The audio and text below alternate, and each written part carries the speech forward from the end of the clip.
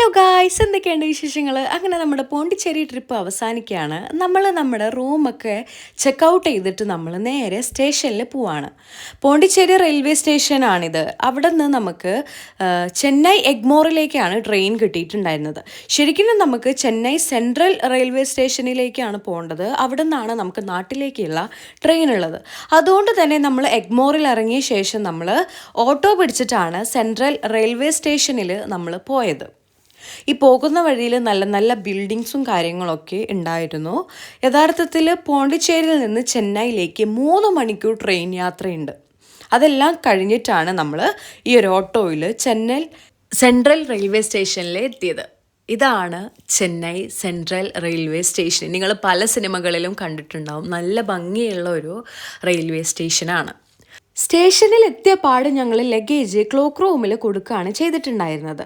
അത് കഴിഞ്ഞിട്ട് നേരെ സ്റ്റേഷൻ്റെ അടുത്തുള്ള മെട്രോ സ്റ്റേഷനിലേക്കാണ് പോയത്.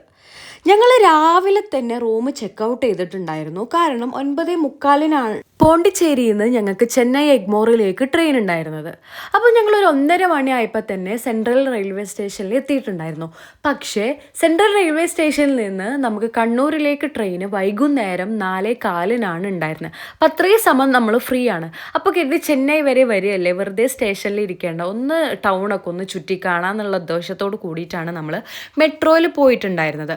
മെട്രോയിൽ ഞങ്ങൾ 1000 ലൈറ്റ്സിലേക്കാണ് ഞങ്ങൾ ടിക്കറ്റ് എടുത്തിട്ടുണ്ടായിരുന്നത്.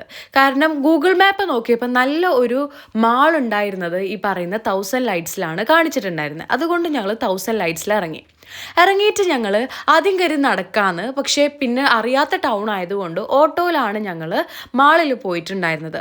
എക്സ്പ്രസ് അവന്യൂ എന്നായിരുന്നു മാളിൻ്റെ പേര്. അത്യാവശ്യം പോർഷ്യയായിട്ടുള്ള ബ്രാൻഡുകളൊക്കെയുള്ള ഒരു മാളായിരുന്നു എക്സ്പ്രസ് അവന്യൂ എന്ന് പറയുന്നത്.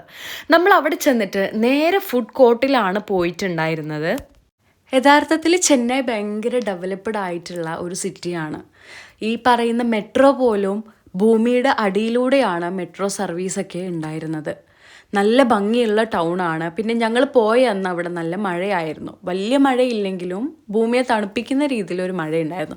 ഞങ്ങൾ നേരെ ചെന്നത് പിസ്സ ഹട്ടിലാണ്. അവിടെ നിന്ന് ഒരു പിസ്സയൊക്കെ കഴിച്ചു. അപ്പുറത്തുണ്ടായിരുന്ന ഒരു ഫ്രൂട്ട് പീഡിയയിൽ നിന്ന് നമ്മൾ മൊജിറ്റോ ഒക്കെ കഴിച്ചു.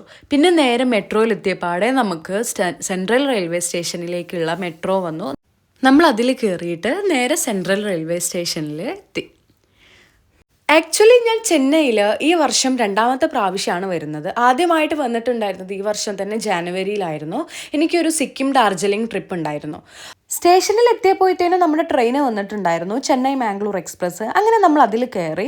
പൊതുവെ ഈ ഒരു ട്രെയിൻ ജേണികളിൽ ഞാൻ അങ്ങനെ ട്രെയിനിൽ നിന്ന് ഭക്ഷണം കഴിക്കാറില്ല. മീൻസ് ട്രെയിനിൽ ഉണ്ടാക്കുന്ന ഫുഡ് കഴിക്കാറില്ല. ഈവൻ ചായ പോലും ഞാൻ കഴിക്കാറില്ല. നമ്മൾ യൂട്യൂബ് ചാനലിലും ഇൻസ്റ്റഗ്രാമിലൊക്കെ കാണുന്നതല്ലേ എങ്ങനെ ഇത് ഉണ്ടാക്കുന്നത് എന്നുള്ളത്. അതുകൊണ്ട് തന്നെ ചെന്നൈ സ്റ്റേഷനിൽ തന്നെ ഞങ്ങൾ സൊമാറ്റോയിൽ ഓർഡർ ചെയ്തിട്ടുണ്ടായിരുന്നു. അതുകൊണ്ട് തന്നെ കട്ട്പാട്ടി ജംഗ്ഷൻ എത്തിയപ്പോഴത്തേനും ഞങ്ങൾക്ക് ഫുഡ് ഡെലിവറി ആയി. വോച്ചാനിയിൽ നിന്നാണ് ഞങ്ങൾ ഫുഡ് ഓർഡർ ചെയ്തിട്ടുണ്ടായിരുന്നത്. അങ്ങനെ ഞങ്ങൾ ഈ കുന്നും മലയൊക്കെ കണ്ട് ഞങ്ങളിങ്ങനെ യാത്ര തിരിച്ചു. ഒരു 8:30 ആയിപ്പോഴത്തേനും ഞങ്ങൾ ഭക്ഷണമൊക്കെ കഴിച്ചു ഞങ്ങൾ കിടന്നു. അപ്പോൾ ഇന്നത്തെ പോണ്ടിച്ചേരി വിശേഷങ്ങൾ ഇവിടെ അവസാനിക്കുകയാണ്. ഞങ്ങൾ യൂട്യൂബ് ചാനൽ ഇഷ്ടപ്പെടുകയാണെങ്കിൽ ലൈക്ക് ചെയ്യുക, ഷെയർ ചെയ്യുക, സബ്സ്ക്രൈബ് ചെയ്യുക.